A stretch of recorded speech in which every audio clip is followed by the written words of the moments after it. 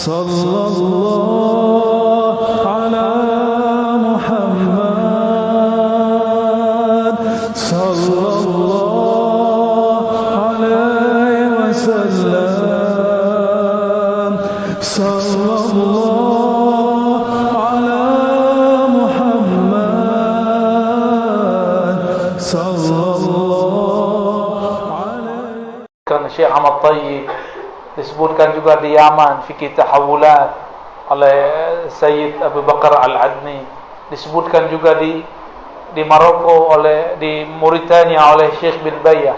Sama, Ahlussunnah itu akidah Asy'ariyah Maturidiyah, berfikih, yang 4 bertasawuf. Tapi ada yang belum disinggung di situ, yaitu tentang harakah, pergerakan. Karena pergerakan ini jika dia tidak munazzamah, tidak ditanzim, tidak dipakaikan kedisiplinan di dalamnya, maka kita akan kalah dengan kelompok yang firqah dhalalah tapi mereka munazzamah, muntazimah. Ada kelompok yang mereka ini akidahnya bermasalah tapi mereka punya kedisiplinan.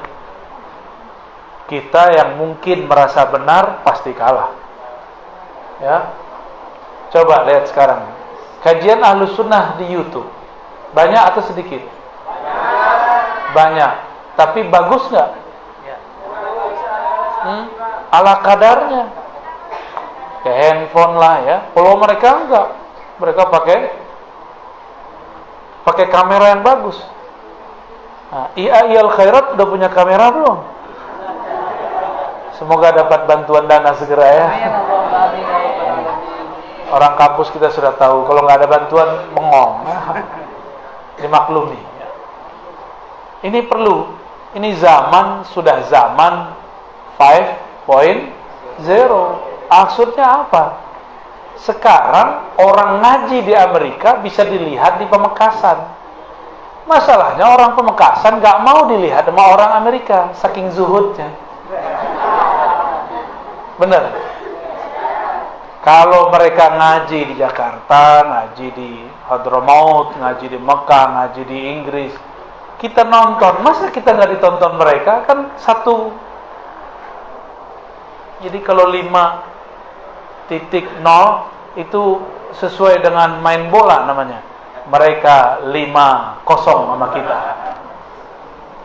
Saya bermimpi nanti orang-orang yang mumpuni di tempat ini diberikan tempat, diberikan ruang untuk mereka menyampaikan ide-ide cemerlangnya. Maka seminar-seminar jangan sampai nggak direkam, jangan sampai nggak di-live-kan. Sekarang kalau belum bisa kamera, nggak apa-apa, pakai handphone yang luar biasa canggih. Lebih mudah pakai handphone sekarang. Dan sekarang kameranya juga lebih cakep. Daripada pakai kamera harus pakai laptop, ribet. Jadi Pak Rektor cukup minta ke yayasan kamera bagus. Ya. Kamera yang bagus, harga 7-10 juta, itu dijadikan untuk dokumentasi acara-acara ilmiah, dibuat. Ya. Seminar-seminar al-khairat. Kalau di sini misalnya ada usuluddin, apalagi?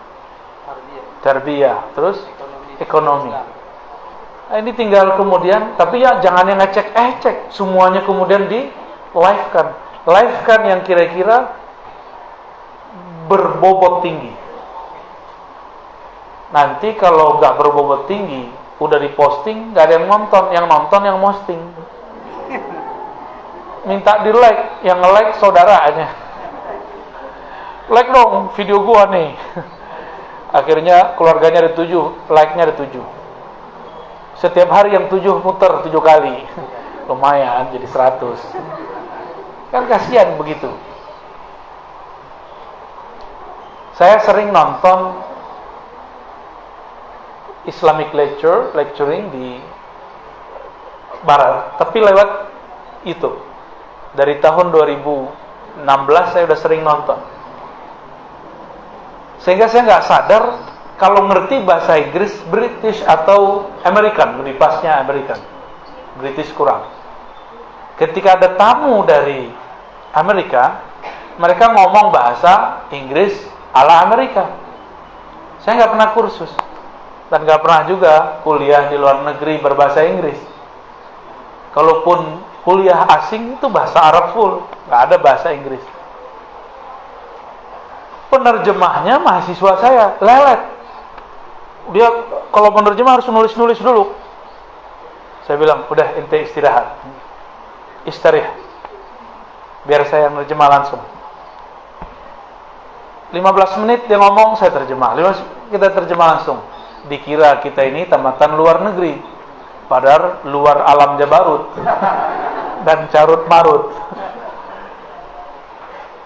Jadi ternyata kursus itu nggak mesti bayar mahal. Kita kalau untuk listening ya, denger doang, bisa lewat YouTube.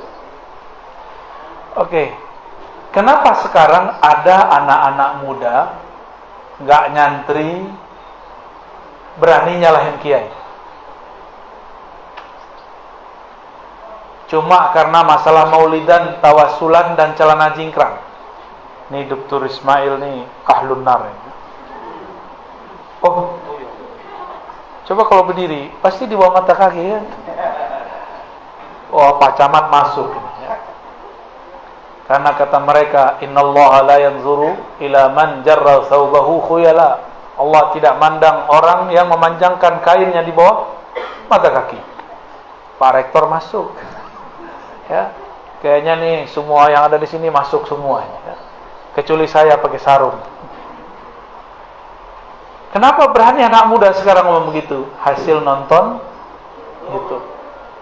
Kita cuma berani ngomel-ngomel di belakang. Kalian nih sesat, belajar kok pakai YouTube. Bukan begitu sekarang zamannya. Kita harus mengisi YouTube. Ya. Oke, sebelum ini refleksi umum. Sekarang kita mulai masuk ke bagian yang lebih serius. Tantangan kita minimal ada 2 saja. Pertama wasail, kedua maqasid. Wasail, wasilah, alat. Nah, ini bisa nomor 2 kita kaji. Yang penting maqasid dulu. Apa maqasidnya? Orang faham Islam dengan pemahaman Ahlus Sunnah wal Jamaah. Nah, untuk mencapai ini gimana caranya? Dulu masyayikh kita, mereka berkirim-kirim surat. Maka sekarang, kenapa kita gak gunakan sosial media seperti Facebook, Instagram, YouTube untuk merekam dan memberi pengaruh di dalam dunia-dunia ini? Nah, itu wasail. Wasail ini bebas. Dulu kiai-kiai kita supaya orang ngumpul pegang rebana terus sholawatan. Bener gak? Ngumpul gak? Pada ngumpul semua. Makanya hasilnya kan nih muka-muka suka maulid semua kan ini. Ya, muka-muka matanya ngantuk kalau malam-malam selesai maulid jam 2. Subuhnya nggak tahu deh. Yang penting maulid. Jadi kiai-kiai kita dulu, mereka menggunakan apa yang dapat jadi media ngumpulin orang. Dulu ngumpul mesti offline, bener? Oke. Dulu Sunan Bonang. Sunan Bonang pakai apa ngumpulin orang? Alat musik namanya. Ya. Ada lagi yang menggunakan wayang. Ada lagi menggunakan silat. Macam-macam. Dulu pesantren-pesantren ada silatnya. Karena di luar pesantren ada orang kebatinan sakti-sakti. Maka kiai-kiai mengumpulkan cara, apa cara supaya orang mau ngumpul. Kita gak usah memikirkan saya harus beli kamera. Enggak. Ya, yang ada aja. Gak usah mikirin kalau begini, merekam sendiri. Kan ada orang yang merekam sendiri, posting sendiri, tonton. Jangan. Mulailah dari ngaji biasa. Ngaji biasa. Coba saya mau tanya, Al-Habib Omar itu bisa ngerekam gitu gak? Enggak. Beliau cuma ngajar. Lama-lama orang datang. Di antara yang datang ini punya inisiatif. Habibna "Law sajjalna yani muhadaratan." Kata beliau, "Ya, silakan. Akhirnya lama-lama dari Facebook, sekarang menjadi TV. Namanya Earth Nabawi. Udah jadi TV. Itu TV sudah buat daurah online. Udah online, Habib Umar sudah mengizinkan kajian online. Berarti beliau ini orang lama, otaknya otak baru. Kita ini hidup di zaman baru, otak masih tradisional. Kalau mau jadi santri, harus datang sini. Iya, kalau jadi santri. Tapi kalau mau ngaji kan nggak mesti datang. Bisa lewat alat-alat itu. Coba saksikan Al-Habib Umar. Apakah beliau pernah mengkritisi kelompok yang mengatakan kita ahli bid'ah? Dengan kata-kata kasar pernah nggak? Ya ada. Mungkin saya lebih kasar daripada Habib Umar. Tapi Al-Habib Umar, karena sudah masuk ke dunia sosial media, maka yang komentar di kolom komentarnya bukan hanya orang alim, tapi juga orang jahil. Banyak nggak antum baca orang ngata-ngatain Habib Umar di YouTube? Banyak. Itu kalau dia tahu makom Habib Umar, ya sujud 70 kali ya. Itu gawat itu orang. Tapi Habib Umar memperhatikan nggak, menghiraukan nggak orang caci maki beliau? Maka kalau antum nih mau masuk ke dunia gaib namanya YouTube, mesti telimanya tebal, matanya tebal, nggak boleh sensitif, mukanya harus muka tembok, dicaci maki orang cuek aja, tapi bukan dablek, bukan orang bodoh, bukan. Ini orang masuk ke ayat Quran, la yakhafuna lawmata laim. Karena saya sering menyampaikan riya itu ada dua. Pertama, riya pengen dipuji, banyak pengikut. Yang kedua, riya takut dicaci, ditinggal pengikut. Itu riya. Jadi saya ditanya sama kawan saya, "Ustaz, kamu kenapa ngajarin hikam? Ntar gak takut ditinggal sama salafi, dicaci maki salafi?" Gitu ngomongnya. "Ntar Wahabi menyesatkan kamu loh." Loh, saya gak ngajar hikam juga dengan sesat, mending jalan sekalian. Dan perlu kamu tahu Kiai, saya ngajar bukan untuk dapat ridho salafi. Kita ngomong begitu. Kita ini ceramah, ngajar bukan untuk membuat ridho umat. Kita pengen membuat ridho Allah Subhanahu wa ta'ala. Kalau ridho umat beda pembisik, udah beda hasil. Kiai-kiai tengkar karena si pembisik kurang ajar. Sama rektor maka prodi tengkar karena mahasiswa tuh yang ngadu-ngadu tuh. Coba ntar lihat. Kita kan orang kampus, ngertilah ya. Pembimbing dengan kaprodi dia adu-adu. Lah masa doktor, masa magister diadu sama mahasiswa. Jadi mahasiswa aja ya. Nah, ini tantangannya. Maka seorang yang ingin mempertahankan akidah Ahlussunnah, lawannya bukan Wahabi, dirinya sendiri. Jadi tahadiyat al-uzma bukanlah Wahabiyah atau Salafiyah. Al-ula nafsu. Yang pertama dirinya sendiri. Dia pengen terkenal, pengen dapat follower, pengen monetis. Ada sekarang monetis loh ya. Jadi YouTuber tuh bisa kaya. Kecuali saya. Nge-YouTube yang dapat yang punya channel YouTube. Nggak setoran itu.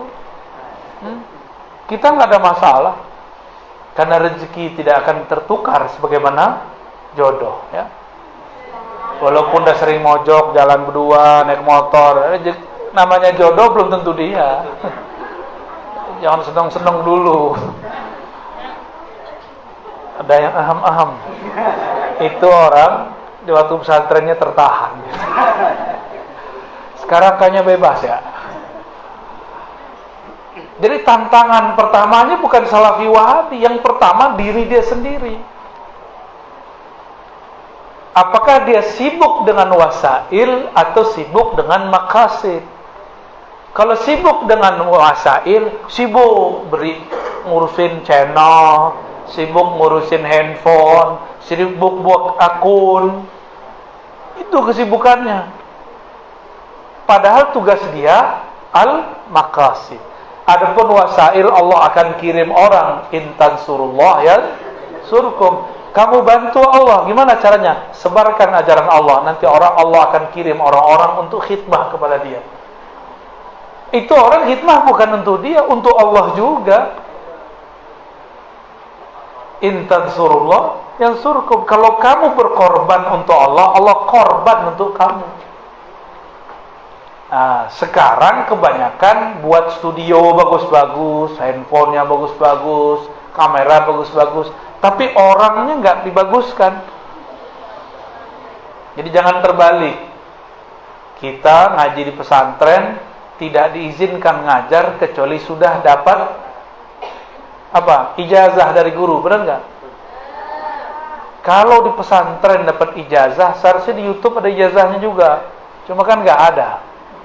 Ijazah di YouTube adalah ijazah netizen.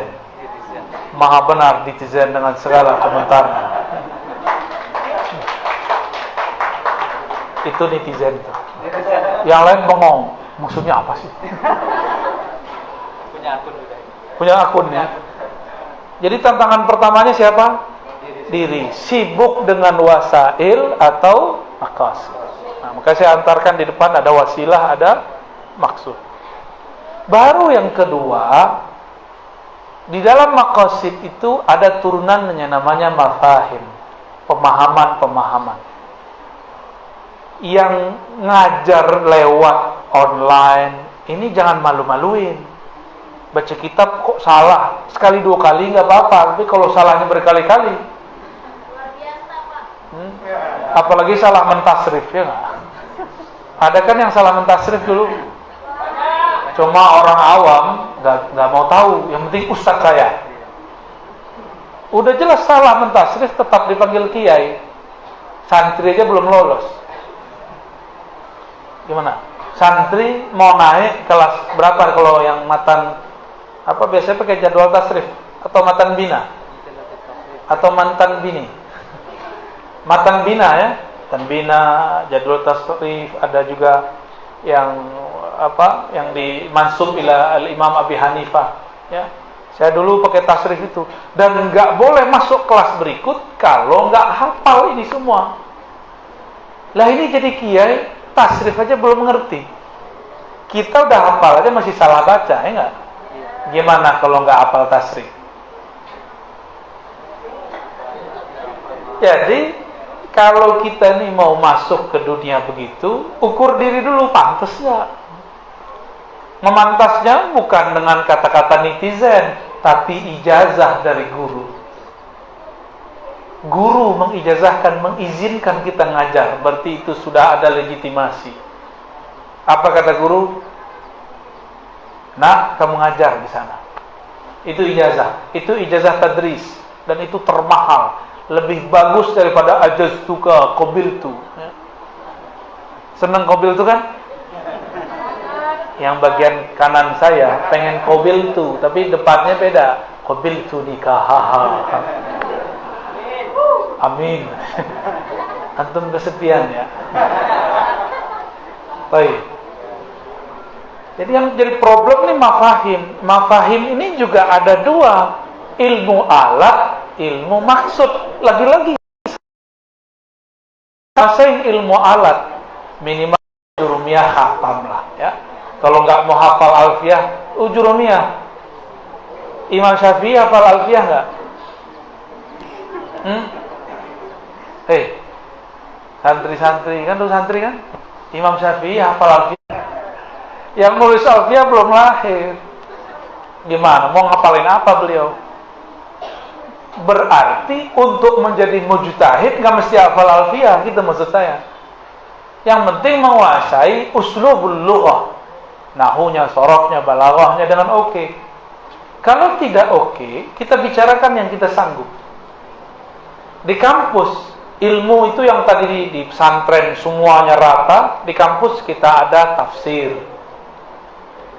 Kalau saya dulu S1-nya Aqidah wa Falsafah, tapi bacaannya Al-Burhan fi Ulumil Quran, Al-Itqan fi Ulumil Quran, ya, At-Ta'bir fi Ulumil Quran. Itu bacaan saya dulu. Enggak hanya Manaul Qattan, ya. Harus naik ke kitab Al-Itqan. Jadi standar nih kalau IAT-nya benar, udah khatam minimal 1/4 daripada kitab Al-Itqan, ya. Semoga nanti begitu. Amin. Zaman sekarang orang udah bosen. Di Jakarta orang udah bosen pakai slide. Di Pamekasan masih pakai slide ngajar. Pakai kitab Pak sekarang. Orang pakai tablet nih. Colokin, buka PDF di situ. Kitab PDF-nya diobrak-abrik. Begitu sekarang orang belajar. PDF-nya sediakan 5. Ganti, bandingkan. Karena untuk S1 minimal muqaranatul kutub. Perbandingan isi kitab. Kalau dulu waktu nyantri 1 kitab 1 semester, kita gak mungkin baca minal awal ilal akhir, minal bidayah ilal nihayah. Kita yang mungkin baca di rumah, di kampus bukan lagi baca, tapi menjelaskan hasil bacaan. Dari 2012 saya sudah ngajar begitu. Muqaranatul kutub, bawa 2 atau 3 kitab sekali masuk. Tapi ada kitab panduan utama yang kita gak keluar dari materi itu kitab. 2-3-nya itu ganti-ganti terus. Nah, misalnya kita bagi PDF-nya kepada mahasiswa. Kan sekarang kitab ini mudah. Ambil di internet, download, tinggal bagi. Ngomong, kamu download ini ya, ini ambil. Besok kita mau bedah halaman sekian. Begitu sekarang modelnya. Nanti mahasiswa, Masya Allah, tamat dari Al-Khairat sama dengan tamat di London.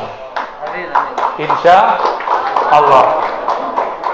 London apa nih? London lockdown. Baik. Jadi ilmu alat ini penting. Cuma yang paling penting ilmu maksud, memahami teks. Maka di situ ada keahlian-keahlian. Wala taqafu ma laysa laka bihi ilm. Jangan komentar kalau nggak ngerti. Kalau kita takhasusnya ilmu akidah, kita ngomong ilmu akidah. Kita takhasusnya ilmu fikih, bicaralah ilmu fikih. Bukan berarti kita nggak paham akidah, tapi takhasus awalnya. Saya yakin namanya nyantri pasti belajar banyak ilmu seperti Imam Suyuti. Tapi kan ada kajian tertentu kita nggak perlu mikir untuk membahasnya. Benar nggak? Saya punya kawan, kalau dia bahas akidah, kepalanya kayak mau pecah. Firqah Mu'tazilah, Qadariyah, Al-Quran makhluk, macam-macam. Pusing deh. Tapi kalau sudah bahas bahsul masail, qawaid fikih yang 200 mukhtalaf, dia hafal. Di luar kepala, hafalnya di luar. Lumayan. Diajak ngomong ilmu tasawuf, pusing kayak muntah-muntah. Ngakuan-ngakuan. Ulul Ittihad apa itu ya? Ibn Arabi apa itu? Pusing-pusing. Saya mau beragama santai aja. Makanya nggak pernah jadi spesial karena mau hidupnya santai, ngajinya santai. Imam Ghazali itu orang serius, baru santai. Antum belum apa-apa udah santai duluan. Akhirnya nggak jadi apa-apa. Imam Abu Hamid Ghazali itu orang paling serius sejagat di zamannya. Tapi ketemu Abu Ali Al-Farmadi langsung jadi santuy. Setelah berguru.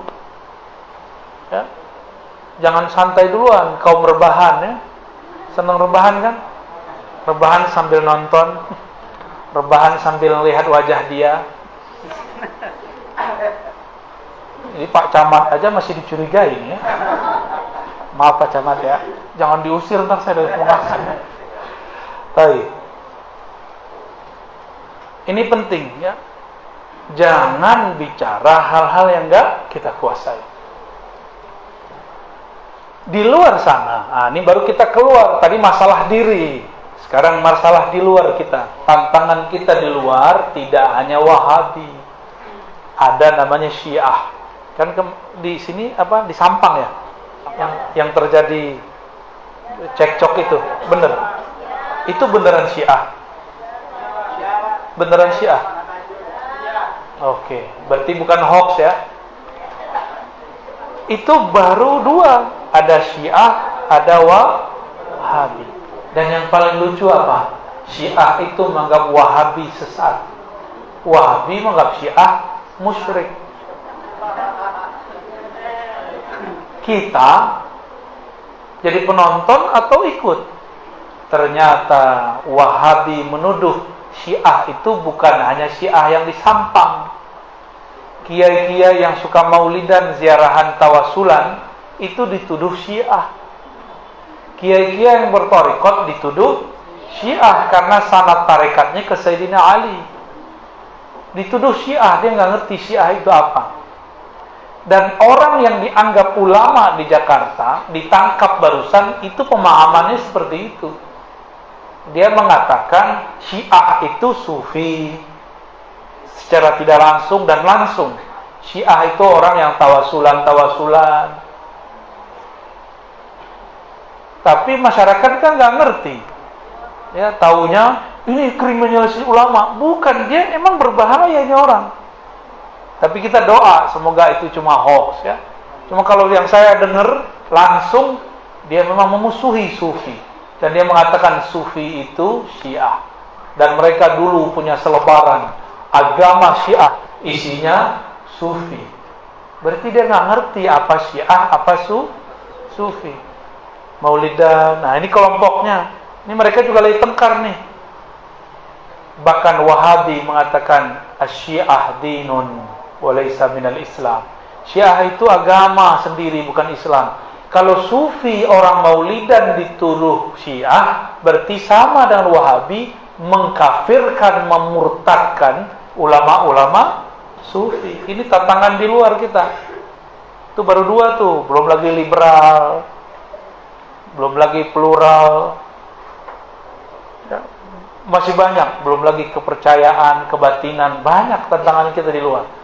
Tapi yang dikhabarkan dibuatkan Rasulullah Sallallahu Alaihi Wasallam, yang berbahaya itu kelompok yang mengagamakan politik.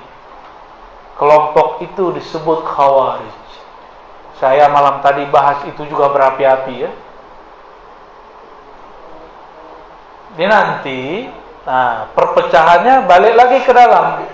Sesama akidah Asy'ari, sesama Syafi'i berkunut, sesama baca Ratibul Haddad, Ratibul Attas, sesama tawasulan maulidan, sesama bertasawuf, tetapi beda politik.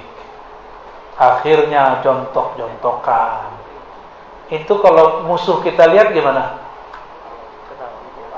Tepuk tangan. Antum mau mereka tepuk tangan?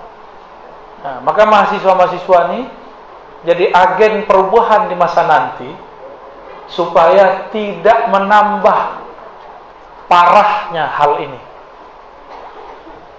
Bagaimana caranya? Kita harus paham bahwa politik itu sunnahnya adalah tafarruq wal ikhtilaf.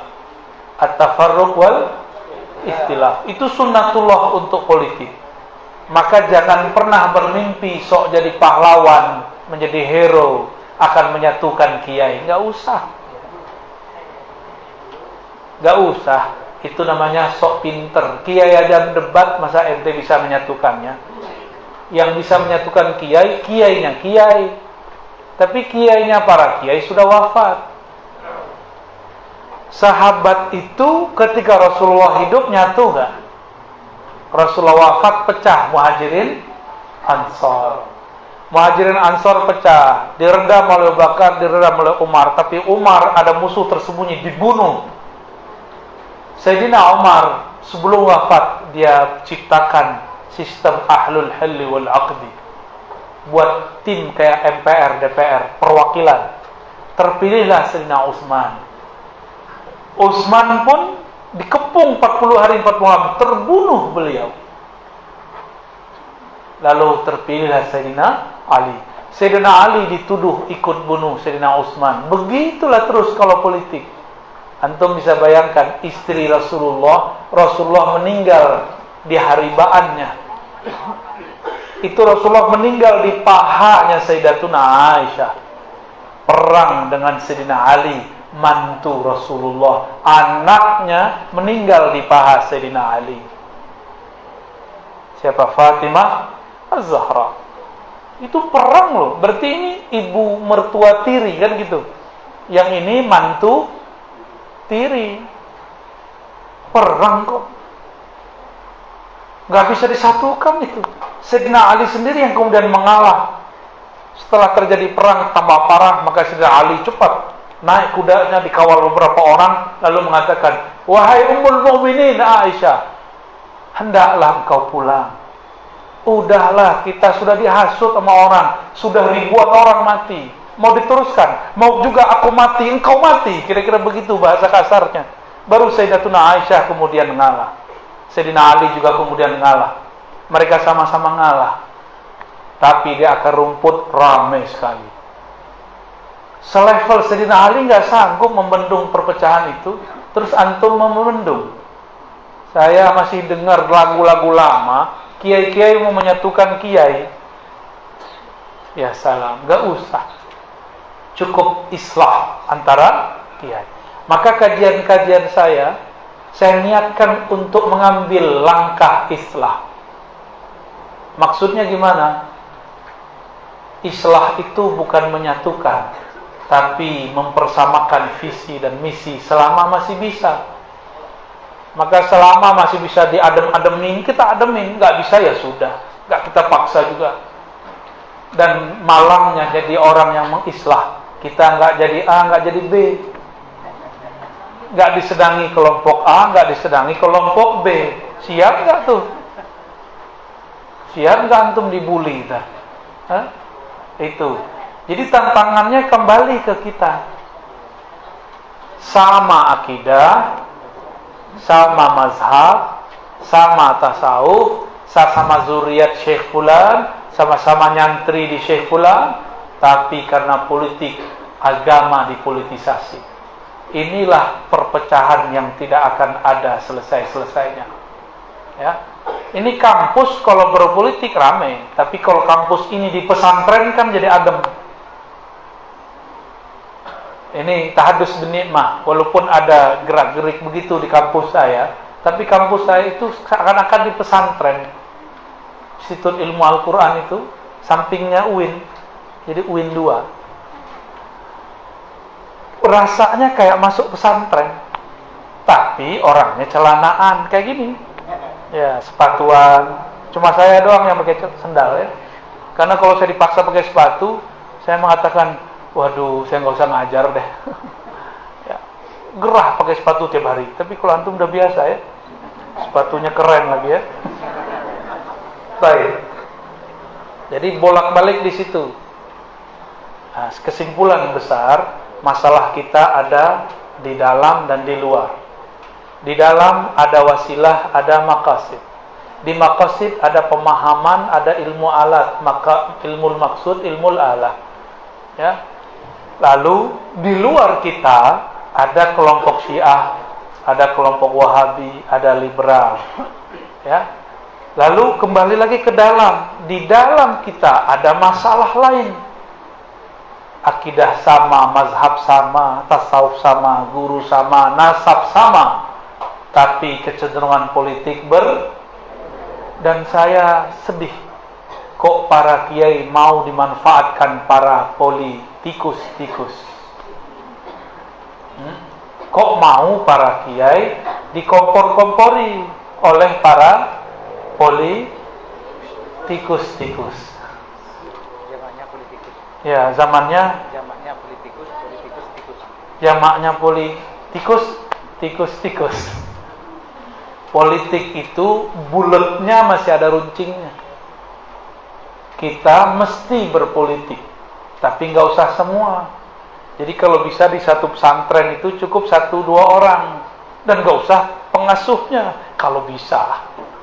Cuma kan politikus ini nggak mau, dia mau terjun langsung langsung menyentuh Pak Kiai. Apa kata dia? Pak Kiai, kalau nggak Pak Kiai siapa lagi? Itu kalam dari zaman Nabi Adam sampai sekarang sama. Pak Kiai, kalau nggak Pak Kiai siapa lagi? Masih ingat Ratu Dangdut, Raja Dangdut? Siapa Raja Dangdut? Bang Haji Roma. Terlalu. Dia itu didatangin politisi. Apa kata si politisikus? Kalau nggak Bang Haji siapa lagi? Bang Haji. Bangsa ini dah carut marut. Kalimat itu diulang oleh Bang Haji. Kalau nggak saya siapa lagi? Termakan. Habislah duit bikin partai, tapi satu pun tidak ada yang coblos. Ya. Masuk aja nggak tembus, nggak lolos. Semoga para kiai kita mulai melek, tidak hanya melek pikirannya, juga melek kolbunya. Sudah terbayang petanya ya? Adapun masuk ke YouTube gampang itu. Mengajar, Allah akan kirim orang yang akan membantu pengajaran kita.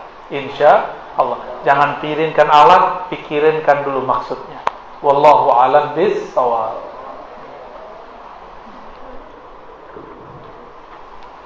Alhamdulillah, pencerahan telah kita dapatkan dari beliau sesuai dengan tema seminar kita pada hari ini. Kita telah menemukan atau beliau telah menguraikan benang kusut tantangan Azwaja di era saat ini, di mana bahwa tantangan internal adalah diri kita sendiri, kemudian mafahim kita, sehingga kemudian kita menjadi lemah. Ditambah lagi dengan kemungkinan adanya tantangan yang dari luar yang cukup berat, ialah paham-paham yang segala macam itu dengan bingkai bentuk rupa dan segala macamnya, semuanya cukup membahayakan dan menyusahkan kita semua. Dan di era saat ini yang lebih keren dalam bahayanya adalah politisasi agama atau mengagamakan politik, sehingga sesungguhnya ada istilah itu adalah rahmah, dalam kenyataannya menjadi siksaan bagi kita bersama. Utamanya kalau kita melihat para masyayikh, para kiai, para guru kita yang tafarruq itu. Beberapa hal konsep telah disampaikan oleh beliau, dan tentunya kita butuh untuk mendalami lebih lanjut dalam konsep-konsep yang disampaikan. Maka berikutnya kita buka sesi dialog. Untuk sesi pertama saya coba untuk 3 penanya. Pertama di sebelah utara, pertama 1. Yang kedua dari mahasiswa, yang dari mahasiswa 1. Kemudian ini ya, monggo dipersilakan 3 penanya, kami persilakan di awal, kami sampaikan, kami persilakan dimohon untuk memperkenalkan diri. Terima kasih yang disampaikan. Saya hamba Allah Abdullah. Sama berarti. Abdullah. Ya Abdullah. Ya Allah. Bismillahirrahmanirrahim. Saya lebih tertarik dari seminar ini justru bukan tantangannya, tapi lebih pada bagaimana strategi menghadapi tantangan. Kalau tantangan kita mungkin bisa baca dalam beberapa referensi. Cuman sekarang strategi menghadapi tantangan itu apa saja yang perlu kita kita siapkan, terutama dalam konteks kampus dan mahasiswa. Jadi lebih mungkin kalau dalam bahasa Arab al-difa'an ahli sunnah wal jamaah, lebih pada bagaimana sifat kita terhadap Ahlussunnah wal Jamaah yang memang sudah dirawat dengan bagus di Indonesia, tapi sekarang diacak-acak oleh beberapa kelompok yang memang kita mungkin harus menghadapi mereka dengan semua piranti keilmuan yang bisa mengcounter.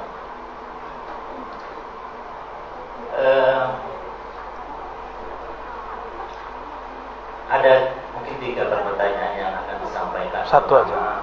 Wahid bas. Ya. Wahid bas. Mohon pengertiannya. Mungkin satu pertanyaan untuk memberikan kesempatan kepada yang lain. Saya rasa, tapi mungkin ya udah. Artinya jawabannya itu mungkin mungkin jawabannya singkat nanti. Ada kan sudah saya siapkan mulai tadi saya nyatet, jadi dihargai lah. Bismillahirrahmanirrahim. Pertama,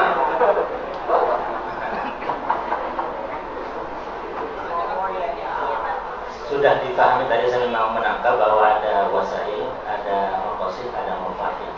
Dan ini memang yang harus kita bentengi. Pertama, bahwa dalam konsep di luar kita yang merupakan tantangan Ahlussunnah wal Jamaah adalah ada konsep tauhid uluhiyah, rububiyah.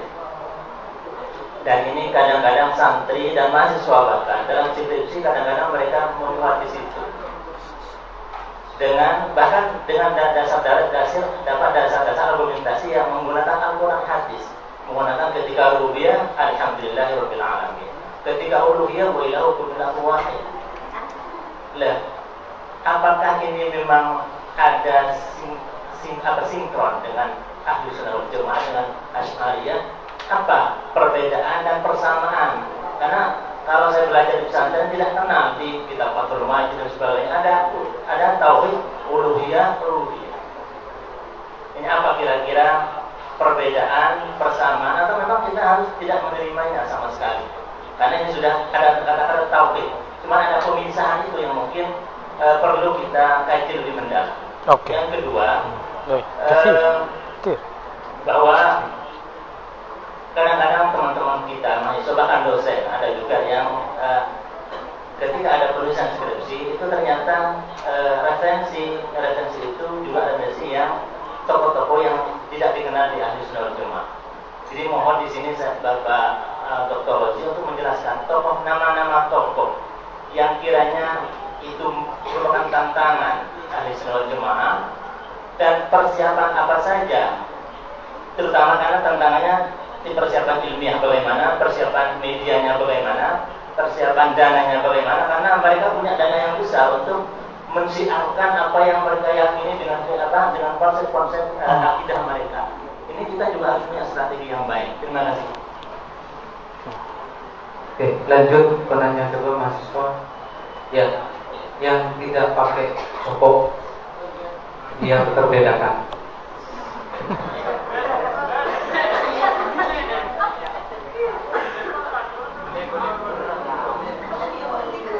Assalamualaikum warahmatullahi wabarakatuh. Saya Ahmad Ulillah Ilfi Putrawan dari Prodi PAI ingin menanyakan Buya. Kita sebagai seorang santri kan biasanya samina wa ata'na pada guru kita, kepada kiai kita. Terkadang kiai kita itu juga mengikuti suatu politik yang dimana politiknya akan berujung kepada kemanatikan. Seperti itu Buya.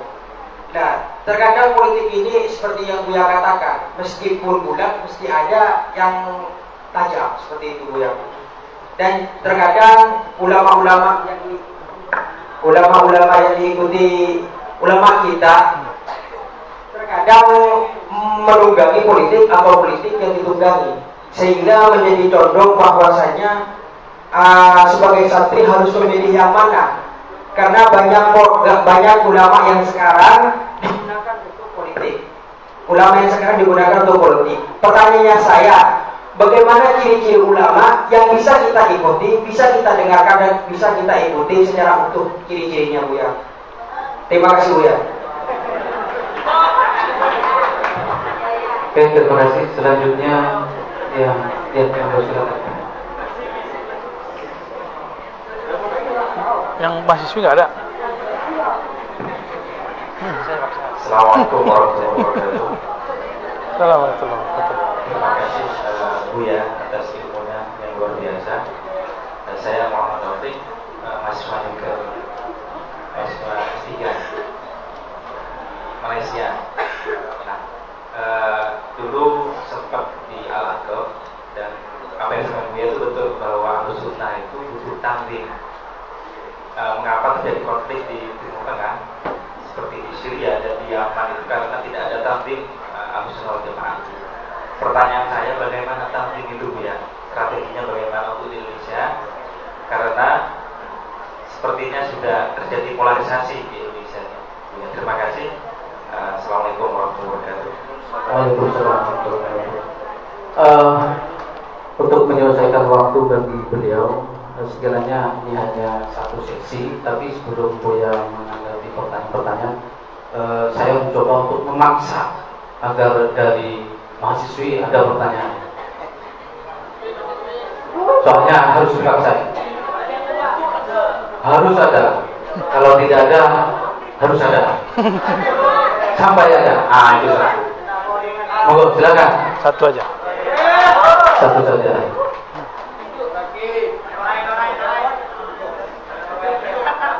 Assalamualaikum warahmatullahi wabarakatuh.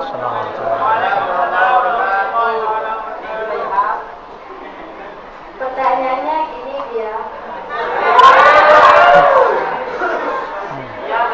Kan di sini temanya tantangan Ahlussunnah wal Jamaah. Yang disampaikan Buya tadi katanya tantangannya itu dari diri kita sendiri. Kalau misalnya kita itu ragu apakah kita ini benar Ahlussunnah wal Jamaah, itu bagaimana? Oke. Sekian dari saya. Assalamualaikum warahmatullahi wabarakatuh. Ya, Hans. Ada 4 pertanyaan.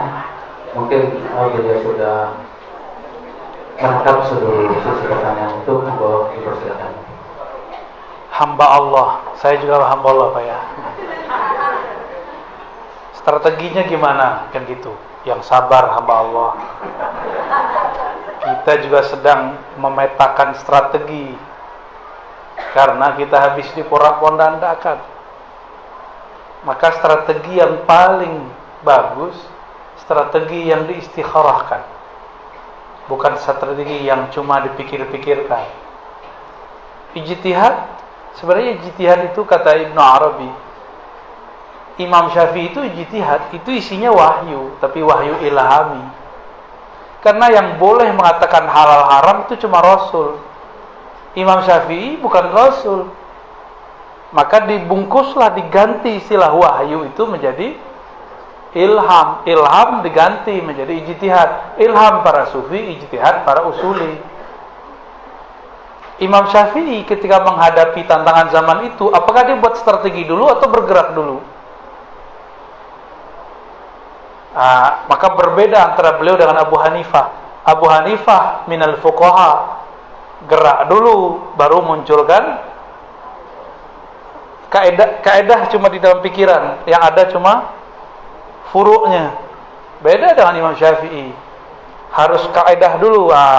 Karena Pak hamba Allah ini seorang Syafi'i, pengennya ala Syafi'i. Kadang-kadang kita harus nyebrang mazhab, karena mazhab itu rahmat. Bisa kita pinjam sistem Imam Abu Hanifah. Sekarang di antara teman-teman ini, mahasiswa-mahasiswi ini, zakat pakai beras dengan zakat pakai duit, lebih pilih mana? Tuh. Apakah mereka menentang Allah dan Rasulnya? Kalau di fikih nggak diterima loh. Di fikih Syafi'i, ya, berasnya dibeli, ya sama tuh main-main namanya. Pak Kiai, Lora, saya beli beras. Nah, berasnya dibeli, terus saya zakat dengan beras. Ini kan nggak efektif, menghabiskan waktu. Sekarang sudah 5 poin, masih begitu. Oke, menjaga tradisi boleh, tapi jangan dipukul rata. Di pesantren, di kampung-kampung, apa-apa, di kota nggak bisa. Orang time itu 1 menit itu nilainya besar. Ya, kalau harus cuma mau beli beras, jual, salam. Saya berzakat dengan beras, kelamaan. Sekarang itu lembaga zakat sudah minta restu kepada para ulama seluruh dunia. Bolehkah berzakat lewat pencet-pencet? Langsung senang ya dapat transferan ya. Dulu orang ditanya pilih makanan pokok atau dinar dirham, mereka pilih makanan karena dulu duit belum tentu bisa laku karena barangnya nggak ada. Mereka pilih barang. Sekarang barangnya lebih diperlukan daripada dulu. Zaman saya makan berkat itu rebutan. Zaman sekarang berkat habis orang tahlilan nggak disentuh, malah ditaruh di jalan ya. Gengsi mengambil atau nggak nafsu, nyampe di rumah cuma disimpan nggak dimakan. Bener nggak? Beda sama zaman dulu. Berkat itu betul-betul dianggap berkah, habis didoain. Sekarang orang nggak percaya berkah, cuma jadi uruf tradisi. Jadi saya pulangkan kepada Bapak karena Bapak sudah tahu jawabannya ya. Mau ala Abu Hanifah, jalan aja dulu, ntar ketemu polanya. Atau mau buat pola dulu. Kalau ingin buat pola dulu, akses rohani kita harus mirip-mirip Imam Syafi'i, membaca sebelum terjadi. Ya, harus sanggup begitu. Di ekonomi orang berani loh. Ini kan ada ekonomi sini ya. Contoh, 2030 diperkirakan bensin sudah nggak ada, maka orang semua beralih ke ya, itu secara ilmu ekonomi. Dalam ilmu eskatologi nanti terjadi dukhon. Kalau terjadi dukhon, bolong itu ozon, maka hancurlah satelit. Orang nggak bisa lagi main handphone. Itu mobil-mobil karena pengaruh ozon, kena logam, rusak semua. Itu ilmu eskatologi. Ilmu apa lagi? Ilmu rohani, beda lagi. Beda pendekatan, beda pendapatan ya. Tergantung mau yang mana Pak. Dan saya tidak dalam rangka merumuskan ya. Saya siapalah kita cuma ngembangin, kita bagi-bagi. Bapak nanti coba lihat sendiri untuk Pamekasan cocoknya apa ya. Di mana-mana kelompok yang jadi muskilah lil muslimin Wahabiyah. Itu diakui oleh Syekh Ahmad Karim, siapa namanya? Itu doktor di Al-Azhar. Dia menemukan semua mazhab dapat saya pertemukan kecuali satu mazhab. Mazhab la mazhabiyah, yaitu kelompok Wahabiyah. Itu udah masuk belum ke Pamekasan? Kayaknya nggak laku ya. Tapi nggak masuk di dunia nyata, masuk lewat handphone. Ini kabar buruk. Aparatur negara kita seperti polisi, TNI pun kesusupan. Kan nggak bisa diatur. Anggotanya itu nonton apa bisa diatur nggak? Mau tidur nyetel apa, bangun tidur nyetel apa, nggak bisa diatur. Jadi aparatur negara kita sudah mulai kesusupan itu. Dan saya menemukan di lapangan, mereka ada yang tidak senang sama kita, malah kemudian ingin mempermalukan kita. Di kampung saya sendiri, terjadi itu. Jadi udah merasuk kemana-mana ini. Pamekasan insya Allah kiainya masih banyak ya. Semoga aman, tapi jangan merasa aman. Ini bisa berubah cepat. Cara merubahnya nggak perlu pakai maulid, anti maulid, pakai politik selesai. Karena untuk menghancurkan aswaja kultural, tidak dengan menghancurkan kultur, masukkan virus baru, kecenderungan politik. Maka cara strateginya, ajarkan, dewasakan umat bahwa politik bukanlah agama. Ini kampanye saya dari kemarin-kemarin, dari tahun-tahun sebelumnya. Agama mencakup politik, tapi politik jangan diagamakan. Beda politik, bukan beda agama. Kita beda mazhab nih. Ini saya buka aja. Saya mazhab Syafi'i. Tapi bagi saya sentuh dengan istri tidak membatalkan bagi saya. Tapi saya tidak memfatwakan untuk orang lain. Itu udah beda loh Syafi'i kita. Dalam Syafi'iyah saya, doa kunut itu tidak mesti dibaca setiap subuh. Boleh dia nggak dibaca. Tuh, beda kan mantum? Dulu ya. Setelah saya belajar ke Syekh Taufik, beliau mengatakan kalau ketinggalan kunut dianjurkan sujud sahwi, ya sesuai yang di kitab. Tapi kembali lagi, itu kan tidak bagian dari rukun gitu. Syafi'inya sudah macam-macam. Terus antum tadi mengatakan kalau zakat fitrah lebih senang pakai masih Syafi'i nggak tuh? Udah nggak Syafi'i, dan itu rukun loh ya zakat. Kalau nyentuh suami istri itu nggak masuk bagian daripada hal-hal yang urgen. Yang urgen ini zakat, rukun keberapa ini? Dan kita merubah paradigma. Dulu tidak laku ini fatwa, tapi sekarang fatwa itu laku di mana-mana. Diterima semua mazhab. Maka fatwa Abu Hanifah sudah menjadi fatwa mazhab Syafi'iyah. Orang sudah mulai minjem metodologis namanya. Ustaz ini menghancurkan mazhab kita nih. Bukan begitu. Imam Syafi'i dulu bermazhab apa? Maliki. Benar nggak? Terus beliau belajar kepada Muhammad bin Hasan Syaibani, Hanafiyah. Banyak kok mazhab yang Syafi'i. Kalau benar kita di manhajnya Syafi'i, kita akan belajar banyak manhaj. Nggak takut dengan mazhab orang lain. Setelah itu beliau belajar mazhab Ja'fariyah. Banyak yang dipelajari oleh Imam Syafi'i. Nyampe di Mesir beliau ketemu mazhab Laythi, Imam Laits bin Sa'ad, kawan Imam Malik. Inilah mazhab final Imam Syafi'i, dipengaruhi oleh Imam Laits. Nggak ketemu, cuma ketemu muridnya. Disebut mazhab al-wasati, mazhab yang menggabungkan antara ahlul ra'i, ahlul hadis. Jadi itu Laitsi. Jadi Imam Syafi'i udah gabung berapa mazhab tuh? Saya mau tanya, mendapatkan hadis di zaman kita dengan zaman Imam Syafi'i lebih mudah sekarang apa dulu? Kenapa kita nggak bisa jadi mujtahid? Takut ya antum ya, takut kualat ya, itu kan? Pak Rektor aja udah mulai geleng-geleng nih. Padahal semangat itu harus ada, walaupun kita nggak sampai-sampai jadi mujtahid. Semangat aja dulu. Pertanyaan nyambung dengan adinda mahasiswa tadi yang nggak pakai kopiah ya. Itu kan bahasa Pak Doktor ini, Doktor Ismail. Gimana pertanyaan tadi? Kita punya kiainya berpolitik. Boleh nggak kita kritik? Jangankan kiai, imam aja boleh dikritik. Imam mazhab boleh dikritik. Jangankan imam mazhab, sahabat aja boleh dikritik.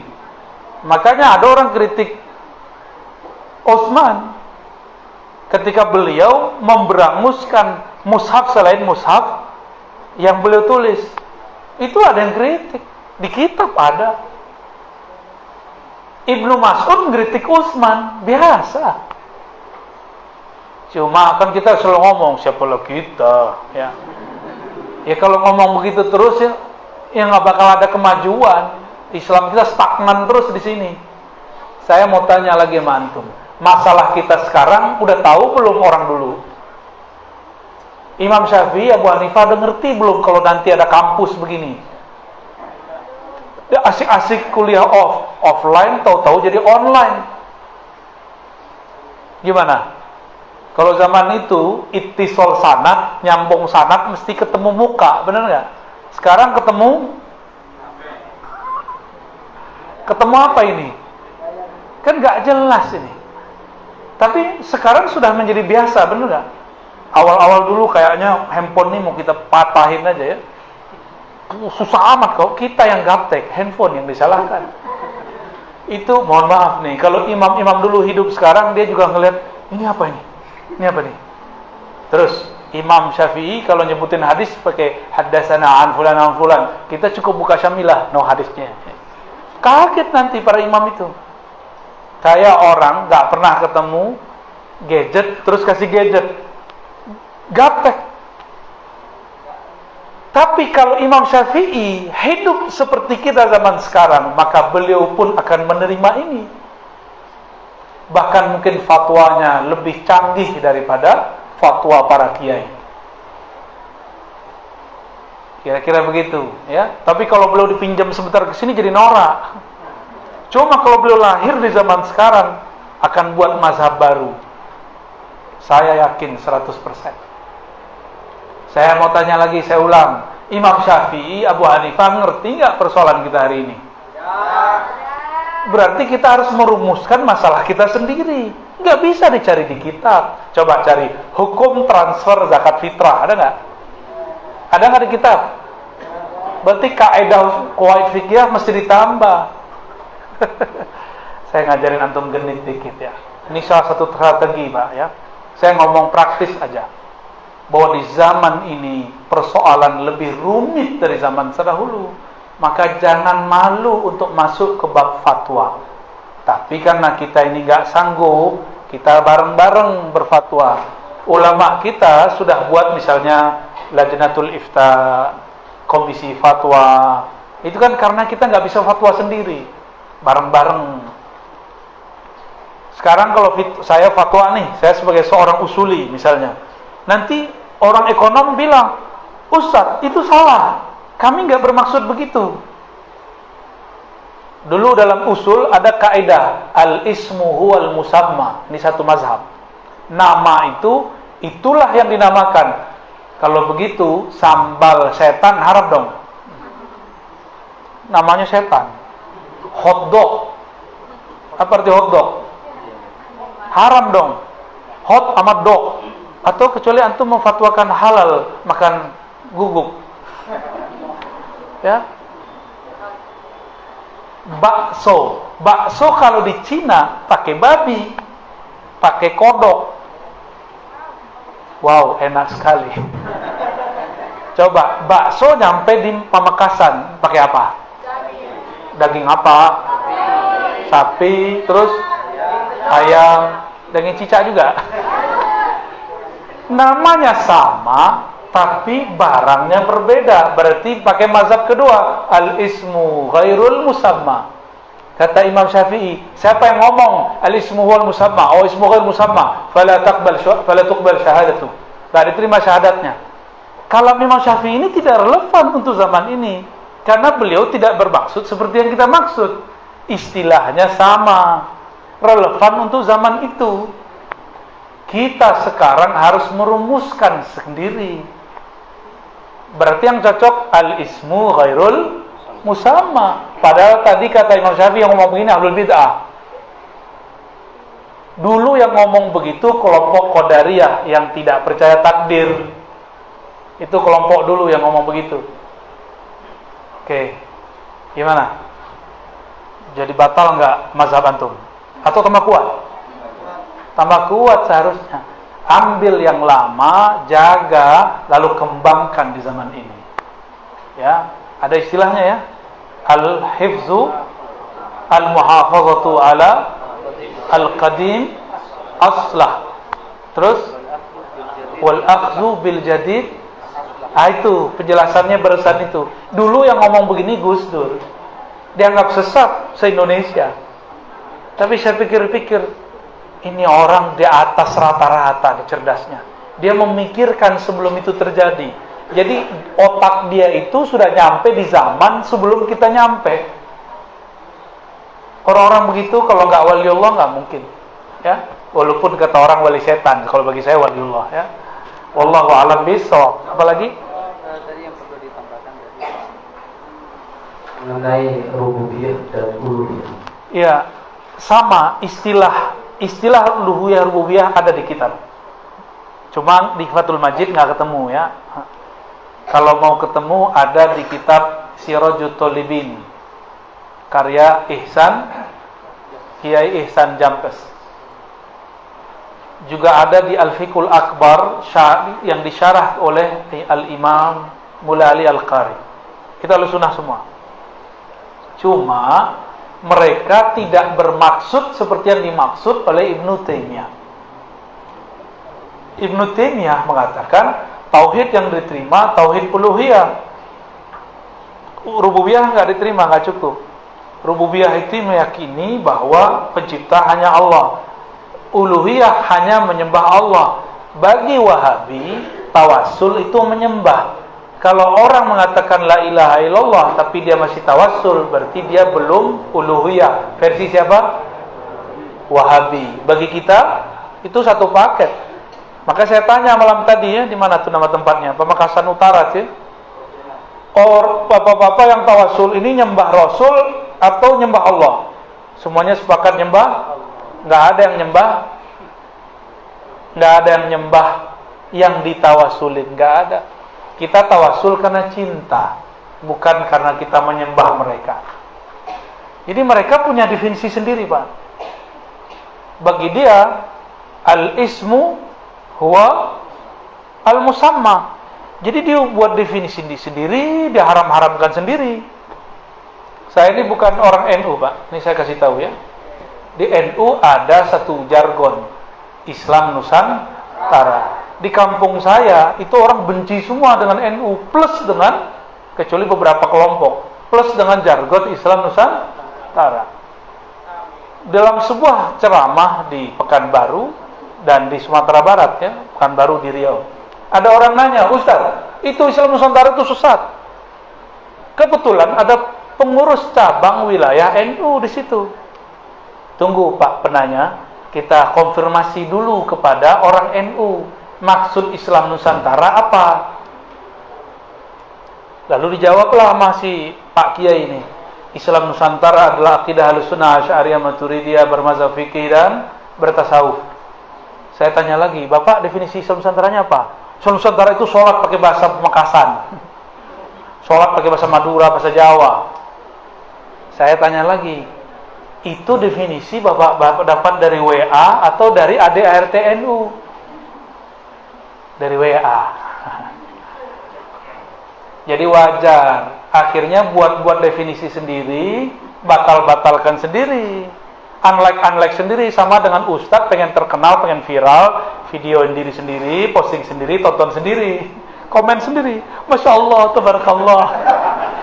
Sama dengan itu, ya. Paham maksud saya ya? Paham sekali apa 2 kali. Jadi uluhiyah rububiyah ini beda kelompok, beda istilah. Saya juga punya istilah uluhiyah rububiyah. Uluhiyah itu Allah mengesahkan dirinya dengan ahadnya dalam zatnya sendiri. Berarti Allah sendiri, kita nggak ada. Itu ahadiyah, uluhiyah.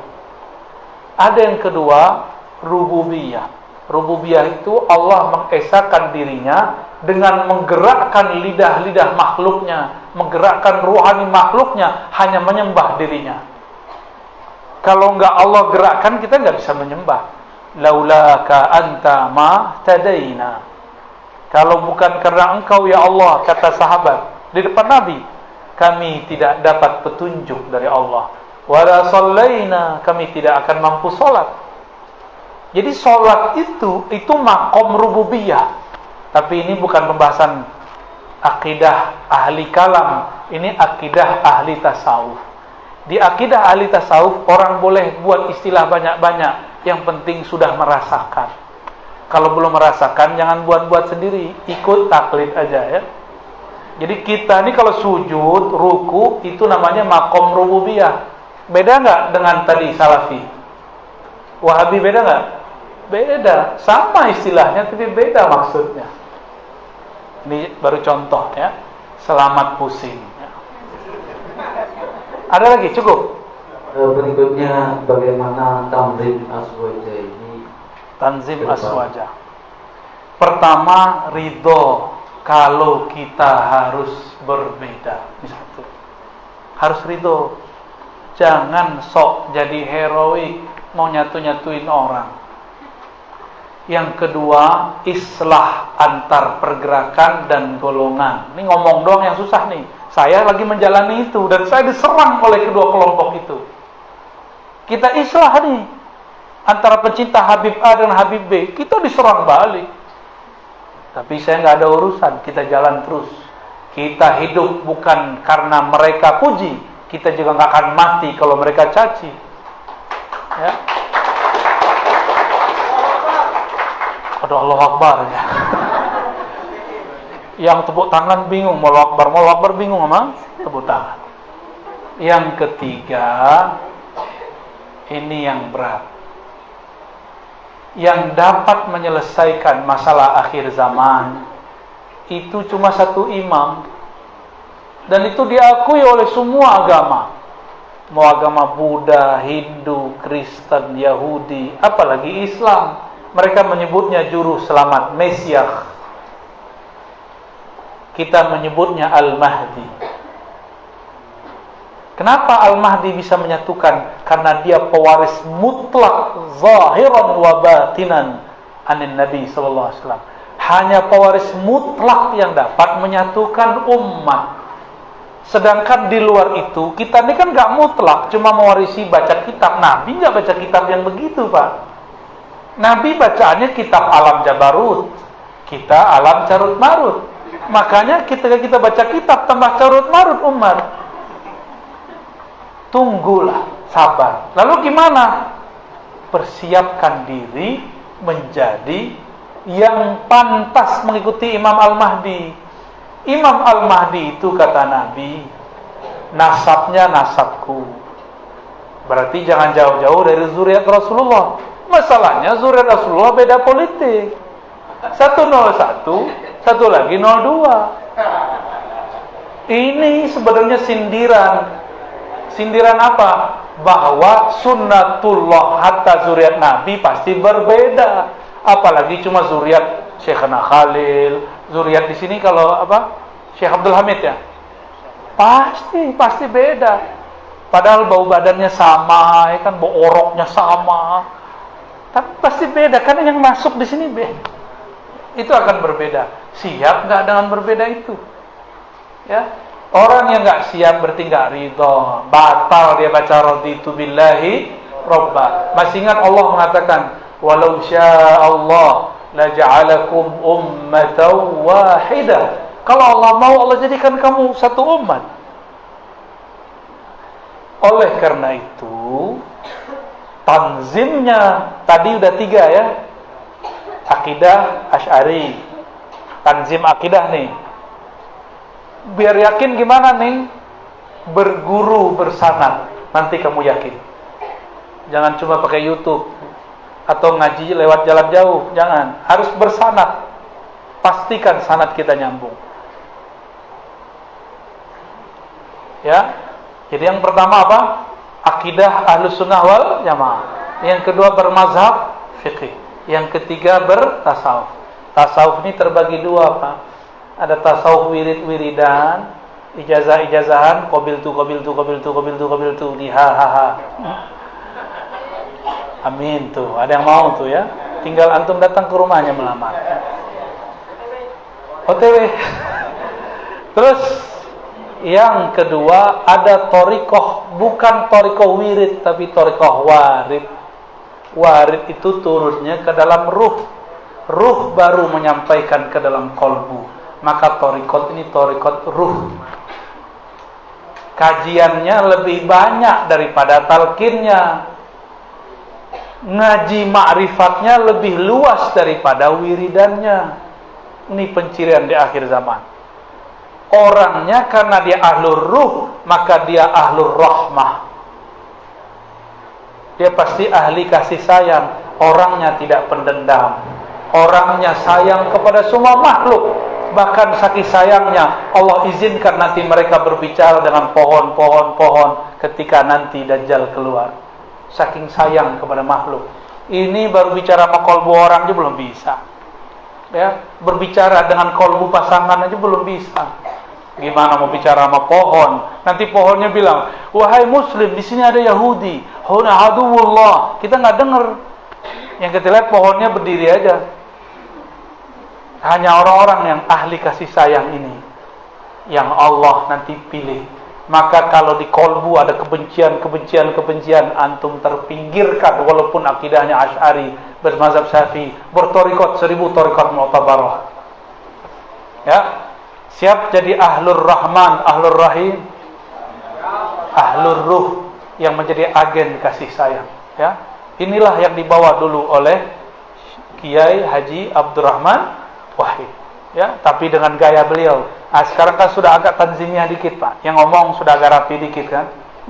Kalau dulu ngomongnya ala beliau, sengaja itu menggelindingkan bola, namanya main biliar. Tembak ini kenanya apa? Itulah canggihnya mereka para wali-wali Allah. Barangkali sampai di situ Dokter. Ya, udah jam 10, saya belum mandi wajib ini. Ya, baik. Sallallahu ala Muhammad, sallallahu alaihi wasallam, sallallahu